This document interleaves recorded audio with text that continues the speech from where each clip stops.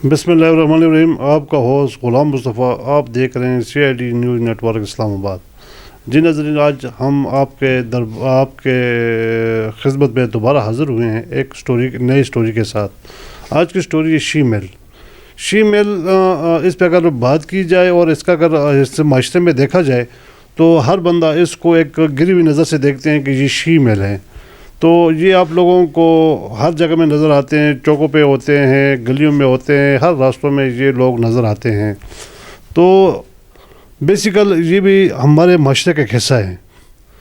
इस माशरे में जन्म हुआ है इनका, इस माशरे का ये हिस्सा है। और जो हम लोग को जो बात इन पे ऊपर करते हैं, जो माशरे में इनके एक आवाज़ के साथ पुकारे जाते हैं, आज एक शीमेल है मलक आंबर, उसके पास हम आए, उनसे जानना चाहेंगे और इसकी एजुकेशन कितनी है और ये कहाँ का रहने वाला है, और इससे जानना चाहेंगे कि इस माशरे में आप लोगों को क्या मुश्किलात दरपेश आ रही हैं।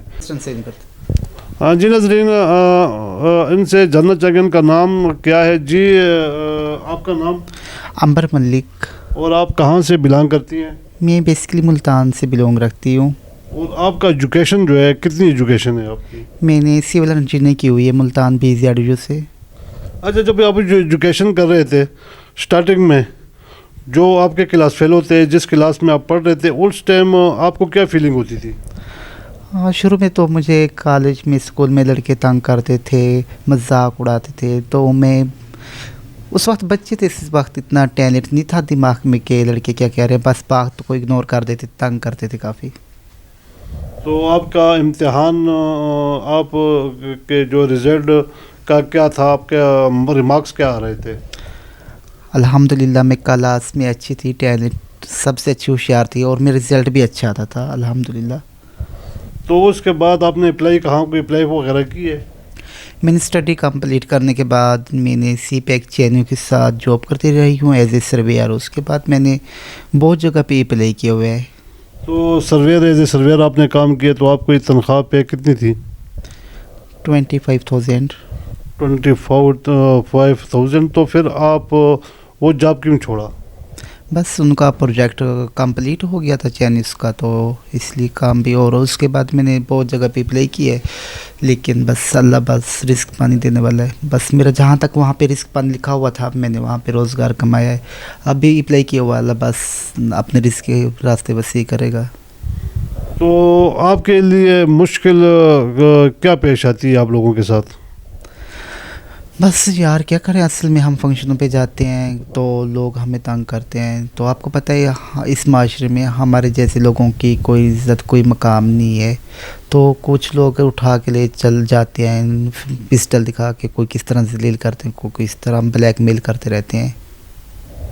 तो अगर आपके साथ किस तरह वाक़या पेश आते हैं जब आप मुतल्लिक़ा थाने में जाते हैं या नहीं जाते हैं? हाँ, कभी चले जाते हैं, कभी नहीं जाते। वो पता है क्या है, अगर हम लोगों के बारे में इस तरह कंप्लेन नहीं करें तो वो हमारे साथ दुश्मन ले लेते हैं। हम क्योंकि बाहर जगह जगह पे जाना होता है फंक्शनों पे, तो लोग हमें रास्ते में कोई नुकसान पहुंचा सकते हैं। आप देखते हैं रोज़मर्रा हमारी कभी किसी इलाके में, कभी किसी इलाके में शीमेल का मर्डर हो जाता है। तो ज़िंदगी तो हर इंसान को प्यारी होती है। ये मर्डर क्यों होते हैं? असल वजहात क्या होती है? क्योंकि शीमेल मैंने देखा है काफ़ी लोगों के मर्डर हो जाते हैं, ये क्यों होते हैं? बस दरिंदा लोग हमें खुश देखना नहीं बर्दाश्त कर सकते ना। तो इसके ऊपर आप गवर्नमेंट को या आवाम को क्या अपील करना चाहती है? इनको सज़ाएं होनी चाहिए, तो आप लोगों को कोई कानूनी तहफ़्फ़ुज़ देनी चाहिए। हुकूमत क्या कर सकती है हमारे जैसे लोगों के बारे में? हुकूमत आपके बारे में क्यों नहीं? हुकूमत है कि अवाम की हुकूमत है। अवाम से या अवाम के वोट के से ये लोग ऊपर आए हुए हैं, तो इनको तो अवाम के अगर आप लोगों का नहीं सोचेगी तो उनको तो हुकूमत में बैठने का कोई फ़ायदा है? कोई फ़ायदा नहीं है। हुकूमत को चाहिए हमारे गरीब शीमेल मज़दूर तबका है, ठीक है ना, क्योंकि हमारे जैसे लोगों को कोई सहारा नहीं होता, क्योंकि घर वाले फैमिली हमें कोई सपोर्ट नहीं करती। तो हमने ज़हरी बात है, तो हमें सपोर्ट चाहिए होती है ना। तो हमारे जैसे लोगों को नौकरियां दी जाए, रोज़गार का मौका दिया जाए, उनके लिए कोई वैकेंसी निकाली जाए ताकि वो अच्छा रोज़गार कमा सकें। Thank you. जिस तरह ये शीमेल मलक अमर کی باتیں آپ نے سنی، جی بہت دکھی کہانی ہوتی ہے، کیونکہ یہ بھی ایک انسان ہے، یہ بھی ایک معاشرے میں جنم ہوا ہے، انہوں نے ایجوکیشن بھی کی ہے، اور یہ لوگ کافی شیپ میل ہیں ان کے ماڈل ہو جاتے ہیں. پھر ان میں کوئی شیپ میل اس قسم کے ان کے جو گرو ہوتے ہیں ان لوگوں پہ کافی کام کرواتے ہیں، کوئی غیر ضروری کام ان کے، جو آپ لوگوں کو سب کو پتہ ہے جس طرح ان لوگوں کو ایک ذریعہ بنایا جاتا ہے. یہ لوگ وہ دن کو گلیوں میں گھومتے ہیں، چوکوں پہ کھڑے ہوتے ہیں اور وہ پیسے اکٹھے کرتے ہیں، جا کے اپنے گرو کو دیتے ہیں.